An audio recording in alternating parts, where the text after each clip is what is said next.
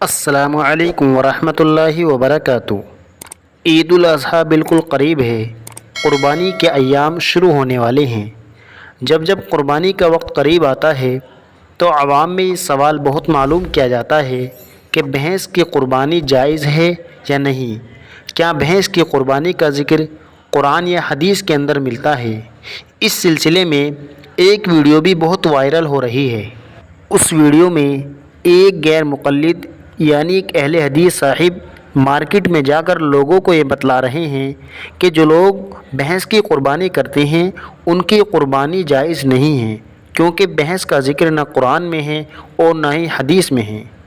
دیکھیں، یہ بات یاد رکھنی چاہیے، یہ غیر مقلد حضرات اس بات کا بھی خیال نہیں رکھتے کہ ان کی جو اپنی ذاتی رائے ہوتی ہے اسے یہ کہہ کر بیان نہیں کرتے کہ ہماری اس مسئلے کے اندر یہ اپنی ذاتی رائے ہے، بلکہ یہ کہہ کر بیان کر رہے ہوتے ہیں کہ قرآن میں بھی یہی ہے اور حدیث میں بھی یہی ہے۔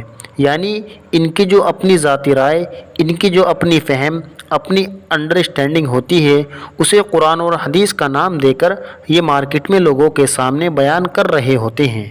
اب سوال یہ ہے کہ کیا بھینس کی قربانی جائز ہے یا نہیں؟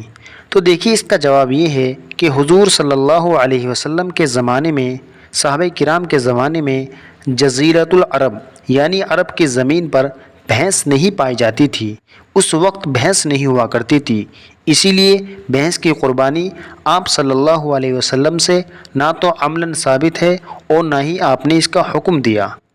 بس غیر مقلدین حضرات اسی بات کو بنیاد بنا کر یہ بات کہتے ہیں کہ دیکھیے، قرآن اور حدیث میں بھینس کی قربانی کا حکم نہیں ہے، اس لیے بھینس کی قربانی کرنا جائز نہیں ہے۔ جبکہ دوسری طرف بر صغیر یعنی ایشیائی ملکوں کے اندر بہت سے مسلمان، بلکہ اکثر مسلمان گائیں، بکرا، اونٹ اور دمبا وغیرہ کی قربانی کرنے کے ساتھ ساتھ بھینس کی بھی قربانی کرتے ہیں، اور تمام علماء اہل سنت والجماعت بالاتفاق اس قربانی کو جائز اور صحیح قرار دیتے ہیں، بلکہ بعض غیر مقلدین بھی بھینس کی قربانی کو جائز مانتے ہیں، کیونکہ قرآن اور حدیث میں قربانی کے باب میں بھینس کا ذکر نہ ہونے سے یہ بات لازم نہیں آتی کہ بھینس کی قربانی جائز نہیں ہے۔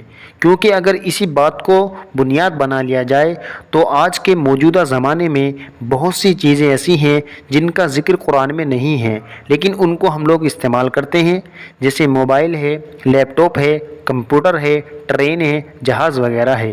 ان کا ذکر قرآن میں نہیں ہے، لیکن ان کے جواز کو ہر کوئی جائز قرار دیتا ہے۔ اس لیے یہ بات دیکھی جائے گی کہ بھینس کی قربانی کے سلسلے میں امت کے بڑے بڑے علماء کرام کا کیا موقف اور کیا عمل رہا ہے۔ تو امت کے جو بڑے بڑے فقہاء اور علماء ہیں وہ بھینس کو گائے کی ایک قسم مانتے ہیں۔ جس طریقے سے گائے کی قربانی بھیڑ کی قربانی درست ہے، یعنی گائے کی ایک قسم بھینس کو مانتے ہیں، تو جس طریقے سے گائے کی قربانی درست ہے اسی طریقے سے بھینس کی قربانی بھی درست ہوگی۔ امید ہے کہ آج کا مسئلہ آپ کا کلیئر ہو گیا ہوگا۔ مزید کسی اور ٹاپک کے لیے ہمارے یوٹیوب چینل کو سپورٹ کیجیے اور سبسکرائب کیجیے۔ شکریہ۔ السلام علیکم ورحمۃ اللہ وبرکاتہ۔